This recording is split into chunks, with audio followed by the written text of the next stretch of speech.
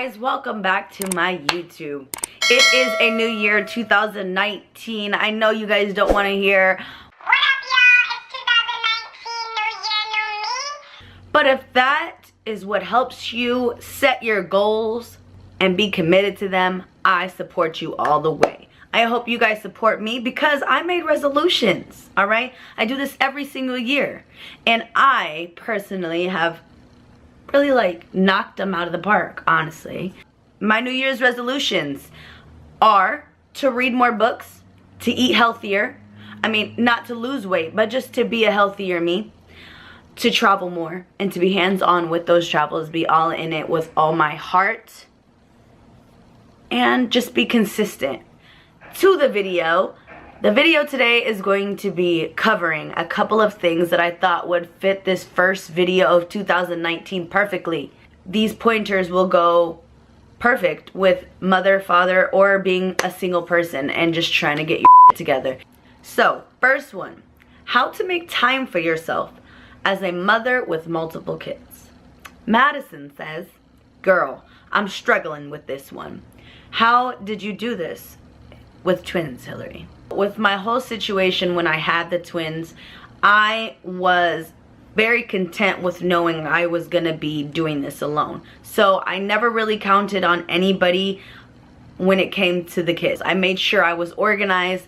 I made sure that everything in my room was of reach. It's being comfortable with what's around you, to be willing to give yourself that time and really take that time for yourself and not worry or have anxiety or have depression because your kid is in the other room taking a nap or something.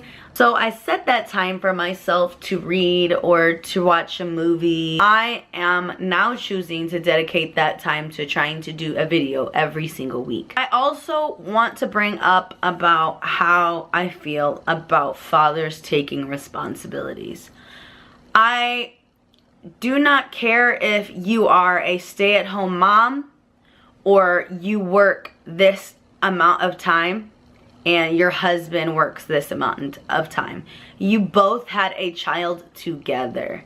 So you need to learn how to help each other and how to make sure that both of you are being taken care of. If you are looking to go out or have a date night, another thing is don't be scared to ask for help. We are so wrapped up in the idea that we're not giving our kids what they need or not being the parent that we wanted to be. But you guys have to be realistic with yourselves. How to organize your plans. Organizing plans is a very big thing of mine. Sometimes I over-control situations. Because I like to overplan. I'm organizing plans with my kids. So, we're going to the library, right? In my head, I'm like, all right, we're gonna stop for Starbucks and then we're gonna go walk to the library.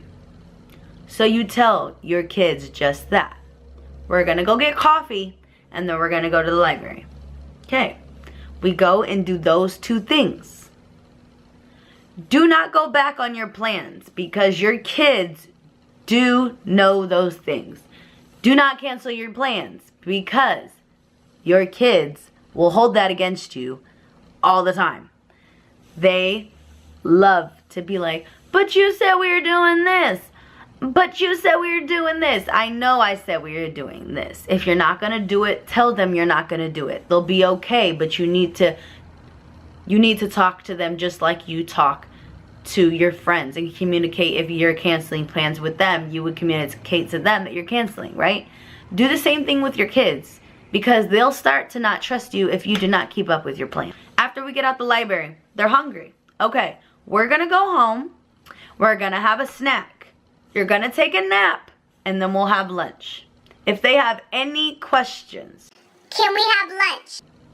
We're gonna get a snack, we're gonna take a nap, and then we get lunch. Before I tell you how to organize your plans without your kids, I really want to make it a big point about keeping your kids on track when they go anywhere in public. They don't know how to act with you. They disrespect you, they throw tantrums, they hit, they scream. Think about when they go with your 60, 70-year-old grandparents, or with your 40, 50-year-old parents. How do you think they're going to feel, and how do you think they're going to handle that? You just ask them to watch your children and they don't know how to act. Don't put that burden on them. Make sure to keep your children on track when it comes to being in public. Make sure that they're acting right. Because some of you guys, man, I be wanting to slap y'all guys' kids. I'm sorry. Sometimes I go out in public and I'm just all like, holy, me and Juan. Sometimes we just like are looking at each other like, are you serious? Is this really happening right now? How to control your anxiety. I feel like I can't just hit this one thing by itself. There's so many ways that you can handle anxiety. It's just the way that you want to go about it. I honestly do not care for anxiety pills or depression pills. I had a friend pass away because of anxiety and depression pills. So I don't want to go that route. What I'm trying to do is find natural ways to go about that. First, let's find out where that anxiety is coming from. Is it at home? Is it at work? Is it with your significant other?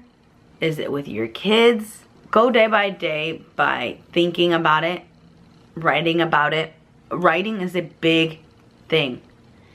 The more you write, the more you understand, because when you're thinking about it in your brain, and the difference between that and seeing it on paper, 100% different. If you have anxiety, find that seed, write it down, and tell me how you feel when you write it down. Just keep writing.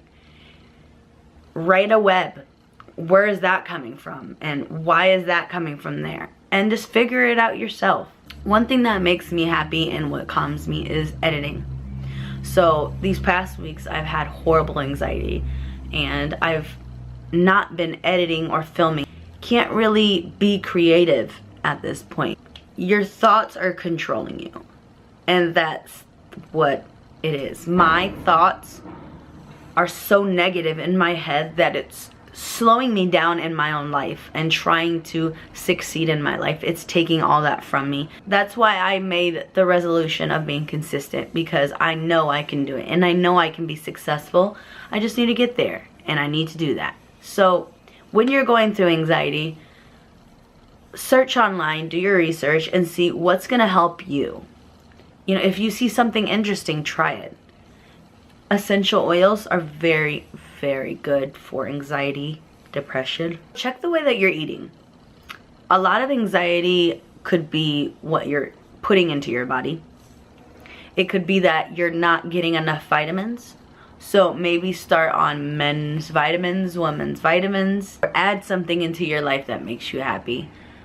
Writing, drawing, dancing, singing, playing a sport, sewing. I'm telling you, there's so many things. When we grow up and we have responsibilities and we have bills, we forget to take those extra steps on making sure that we're happy inside. We might have all the materialistic things that we can have, but are we really happy inside? Are we really getting that positive happiness energy inside of us? No. Find your passion and do it. Don't say you're gonna do it. Fucking do it. Do it. Last thing is patience. Before I fall asleep on this video, I want to talk a little bit about this patience thing. I am not a fan of lines. And I mean every type of line. I go to the bank and there's a little line. I don't want to go there. I go to the store. I find the cutest outfit I can find. There's 5 people in line. I put the outfit away and I leave. I'll go and be like, I'm getting a car wash. I'm ready. And then I see like 6 cars ahead and I'm all like, ugh. So I don't get my car cleaned. this year I really wanted to invest in a van, and I saw a van that I really, really liked.